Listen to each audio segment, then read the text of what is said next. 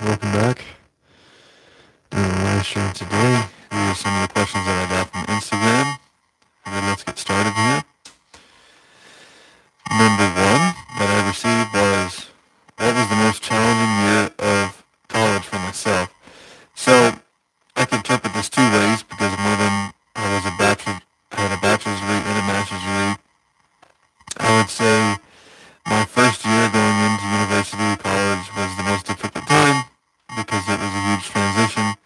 I spent the majority of it writing and reading in the lab to get my skills to where they needed to be at a proficient level because, in my opinion, I did not prepare myself, nor did my education at the time prepare myself for what I was embarking upon as far as reading and writing was concerned.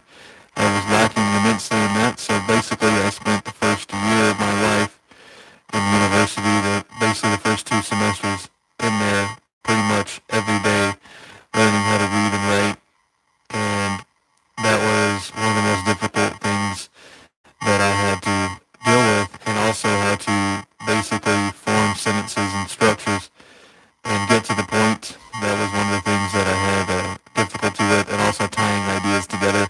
That was extremely difficult for me because a lot of things I like to ramble on, especially when I write things, but if it's a 5-page paper and I make it 7 or 8 pages, now I have to go in and cut a lot of content out, which is what I had, and then also trying to tie ideas together. So it was very difficult for me, and I would say the last year of my master's degree was very difficult as well, and simply for the fact of the thesis that I had to do, and of the difficulty of just reading all those academic journals. And anyone that has done a master's degree or a doctorate degree, oh man, academic journals are about as dry as they come. It is so dry, the material is so dry and very. I didn't even read any books for like 3 or 4 years after the fact because I was so tired of just reading and writing, just so much dry material. It's unbelievable. So that was one of the things that I would say. And then also you're writing 40 to 150 pages per class when you get to a master's degree. So at least the one that I had, we were writing between 40 pages to 150 pages depending on the assignment. And then all the other work on top of that. And that's a lot of prep work as far as reading and writing and trying to figure out how to argue for your side, and then also go figure out the other opposing side to that view and look for weaknesses in that.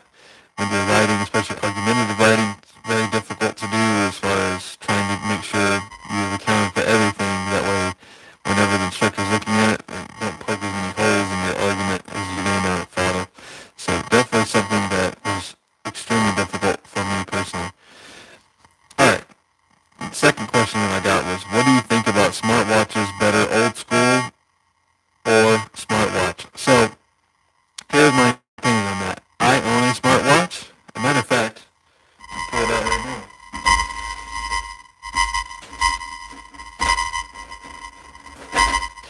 I got this like 5 years ago and I've never put it on. I don't even know how old it is, with the exception of it could be 6 years old, 7 years old, I don't know. I think I got it 5 years ago, like I said. So, I've never ever worn this in my life, even though I probably should. I mean, that's just for exercise purposes. So, I think having a smartwatch for exercising or doing activities outside would make sense. Like, for example, if you're trying to track how many paces you're walking, what's your heart rate, what's your beats per minute, that kind of stuff, what's your blood pressure, anything like that would make sense to have that, especially if you're doing exercise. Even though I just use a Seiko SKX, that's what I use when I exercise. It would make sense for me to use something like that because I do like to figure out where I am when I'm exercising as far as heart rate is concerned. But that's what I see the value in that. Some people, they wear them all the time. One thing I don't like about them is they eventually go out and then you have to buy a new one, and I just don't like that. That's the only thing I don't like about it. And they don't really have style, in my opinion. For example, like, I've done videos about this, but this is my Rolex Explorer that I love. It's absolutely pure class. It has style, character, and most people don't have that. I mean, I had a Samantha for a while, and I didn't like it because I hit it on stuff, and it was just pretty large in the wrist, and people knew what it was. But that's one thing. I had an Explorer before then that was just a regular stainless steel, and nobody knew what it was, which is one of the reasons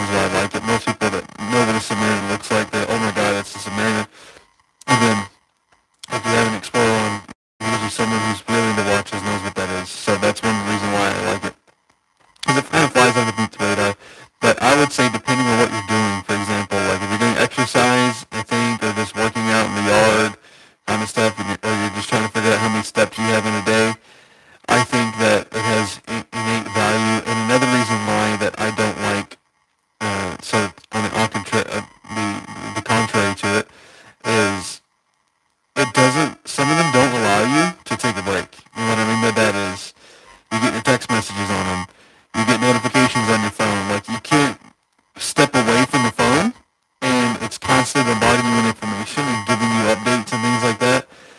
And the older that I get, the more I realize, like, the phone is not reality. Some people, they are so invested in their phone and what they see, which is a false sense of reality on their phone, versus living their life in the present, if that makes sense. And anytime I get a chance to kind of pull back and not pay attention to what's on my phone and just kind of be present in the moment, just like we would have been before we had cell phones, it's much better. And even for myself, like for example, when I'm at a concert or I'm at an event or something, and I see people with their phone taking videos and pictures, there's nothing wrong with that, but I've found that if I minimize that, and I know this sounds kind of silly, but like if I minimize doing that, I tend to remember the thing much better, regardless, not the thing, the event that I was at, I seem to remember it better than if I'm taking videos or pictures, and then usually I never really go back to those pictures or videos if I've done them. So that's one of the cool things that I like about just kind of stepping back from the phone as far as the smartwatch is concerned, because depending on which one you had, obviously, so take that with consideration, but I'm saying you can get phone calls, you get notifications, you get text messages, and I just find it very distracting, especially if I'm just trying to be present in the moment. Obviously, you can block them, but I'm just saying it's just another tool to kind of like always be plugged in, and sometimes I don't think that's necessarily a good thing. So take with that what you will. And also, most people have them. So if you're trying to be unique or kind of stand out a little bit or be different, don't use one. All right. What is one style rule you swear by and one you think is okay to break? So one style rule that I swear by is having my clothes ironed. I love ironing my clothes. It's one thing that I do enjoy. I love to have my suits pressed, and that doesn't mean they're not going to have wrinkles or folds in them, because it's clothing, and then they will, as you wear them, have wrinkles and folds in them. That's just the nature of it. But I think out of anything else, if you want to look presentable, that's probably the greatest thing that you can do, and I credit my wife 100% with that, because when I was younger, I did not pay attention to it. I did not care. It didn't matter to me. And to be honest with you, probably wasn't the smartest thing that I've ever done. And I believe that having your clothes ironed really takes any outfit to the next level, regardless of what you're wearing. So I think that rule definitely applies, and I would even go to the fact of saying that not everything has to be ironed. Some things you can use with a steamer. For example, if you're on the road and you don't want to carry a big iron, because some of them are pretty heavy, and some hotels don't have them. And sometimes you just, oh no, I don't have an iron. It's always nice to have like a little steamer. Just get a steamer from Amazon. They're like $15, $20, and you just kind of go real quick. I mean, it's not going to press the clothing, but it's going to take the wrinkles and folds out of it really quick. And I have to say that that has been a lifesaver for me. Either on vacation or where I'm at, I usually bring that just in case. Just in case something happens, I have something I can straighten my clothes out with. So I would say either an iron or a steamer is, I would say, non-negotiable for me. That's just my opinion. And the other thing it said is, what do you think is okay to break? So a lot of times, most people don't realize this, but if you look in my pockets, I carry a lot of stuff in my pockets, and most people don't. They like a clean silhouette look. They don't like having things in their pockets.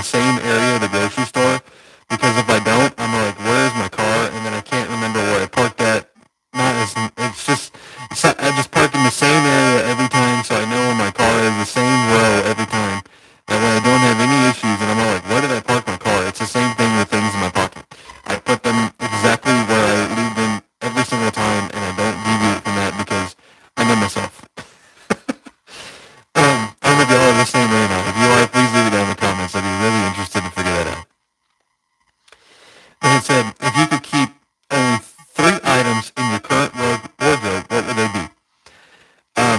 I would say, number one, I would have to keep my glasses, but I won't use that as number three because that's something that I have to have or I can't see. I can't see without my glasses. So I don't consider that a part of this list because I would assume it's optional things that you like, and my glasses are not optional. I literally, on my license, it says that I have to wear glasses or else I shouldn't be driving. So that's one, and I should have that restriction, to be honest with you. If I don't have my glasses, I can't see very far away, and it's not good. It's not good at all. Obviously, if you're driving, I have no depth perception if I don't have my glasses on. So it's very important for me to have them. So with that being said, I would say the other three things that I would take for is I would say my shoes. I love my shoes. That's one thing I like. I love dress shoes. They're just different. I enjoy them. They're nice. They look nice. They're comfortable. And I really do enjoy my dress shoes. The next thing I would say are my trousers. So I do like my trousers very much. And I do enjoy them. So that's another item that I would pick. And the last one, I'm kind of in between accessories like my rings or shirts. So I would say accessories because I do like to wear accessories. And shirts, I could take them or leave them, especially the ones I have now. I've had them for 6 or 7 years. I need to buy some new ones. But the thing is I just like wearing accessories. I've always not been that way, if that makes sense. I've never ever been someone to wear like jewelry and bracelets and rings, but as I've aged, I've just tend to like more. So I would say that's the third one that I would wear, and more especially, as you can see here, I'm wearing jewelry. I have this is a gift my wife gave me. Obviously, this is a gift my wife gave me. This is a gift I gave me myself when I graduated from college, the second time from my master's degree. This is my fraternity ring. So it's just something that it means, it's more significant to me. They have meaning behind them, whereas a shirt, I mean, obviously it's nice and everything, but it has no significant meaning to me, if that makes sense. So I believe that it's a huge part for me to pay attention to that and go, okay, yeah, I think the accessories are very important. Okay, last question. Which do you think matters more for great style? Fit, fabric, or accessories? Okay, so what I'm going to say is accessories, I would put that on the last. I wouldn't put that first. And the reason why is because, in my opinion, it's an addition to what's already there. It's not the base model. Like, for example, if you have a car, you have a base trim car, you have a medium trim car, and you have, like, the top of the line trim of the car. So I consider accessories like the top of the line of the car, the same kind of thing. Like, you need the base first before you start exploring. That's my opinion. Take with that what you will. Fabric, that is dependent upon the fit. And the reason why I say that is, for example, if you are in a cold environment, right, you want the clothes to fit you first, and then you want the fabric to be functional in the environment in which you're in. So if you're in a cold environment, if you wanted to wear like tweed, for example, you would wear a tweed, and then you would also, the overcoat would need to be a certain fabric to keep you even warmer, and then also need to account for the shoulders of wearing a jacket, so you're actually kind of double jacket, like an overcoat. So if the fit is wrong, it doesn't matter what fabric you have, you can't wear clothing. That makes sense. And I believe the fit is probably the most important, if not the most important thing you can have on any outfit is the fit. And I will say this, if you go back into my catalog in my Instagram, you will see me wearing Hawaiian shirts and linen pants. And I love Hawaiian, a specific kind of Hawaiian shirt. I've had Hawaiian shirts all across the board, and it's called KAHLA, I believe, off the top of my head, shirts. I could be missing a letter there, but the way that they cut those shirts is very nice fit. It's not a slim fit. It's not a giant fit. It's like just a regular classic fit, and I love the way the shirt fits on my body, and it fits perfectly. I get full range of motion. I'm able to do what I need to do,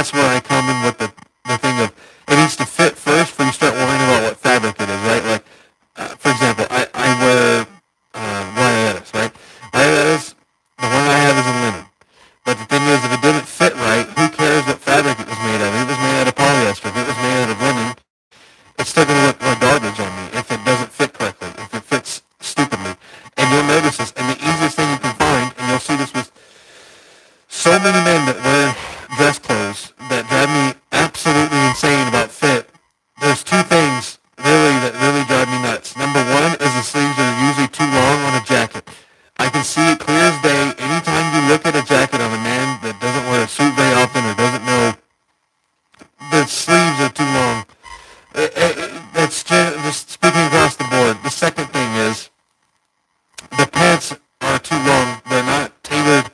They're not tapered. And when I say tapered, I don't mean like a skinny leg thing. And I don't mean like taking the drape out of the clothing, if that makes sense. What I'm saying is it doesn't fall at the ankle correctly. It's like muffled and not nice to look at, if that makes sense. And usually those are the most two things that I see with my own eyes, very common. Too long the sleeves, and also, like I said, the pant cuff, the leg, the bottom of the leg touching the shoe, it's just terrible, and it looks like a trash bag. It looks like you're very uncomfortable, and you don't know what you're doing.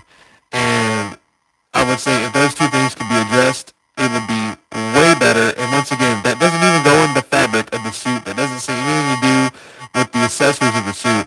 I'm specifically talking about how it fits on the body and the way that it looks. And if you look uncomfortable, if it doesn't fit you, and this is another piece of the fit that I would like to include in that, if the clothing doesn't fit you and it's uncomfortable to you, more likely than not, you're not going to feel confident wearing it, and you're not going to want to wear it. So what's the point of that, if that makes sense? So if you don't feel like, oh, I look nice in this, or I don't think I look nice in it, you're more likely than not, you're not going to feel confident. It's going to radiate. It's going to radiate your energy out there of like, oh, he doesn't feel confident in this. So that's another piece of that I think is very important to kind of pay attention to and look at from the broader spectrum. And to be quite honest with you, those are the only 5 questions that I received today from Instagram. So I am very appreciative for those that receive this after the fact. Next time, I hope I'm able to have someone join. That'd be nice. I'd really appreciate that. I'm going to post this, and I'm also going to cut it up using Opus Clips, so we can do shorts here on Instagram and on YouTube. And thank you guys very much for your time. I really do appreciate it. Hopefully this answers some of your questions. I do have a Patreon and Instagram, and you can find that down in the description. And if you have any questions or anything, I'm more on Instagram more than I am on YouTube. However, I do check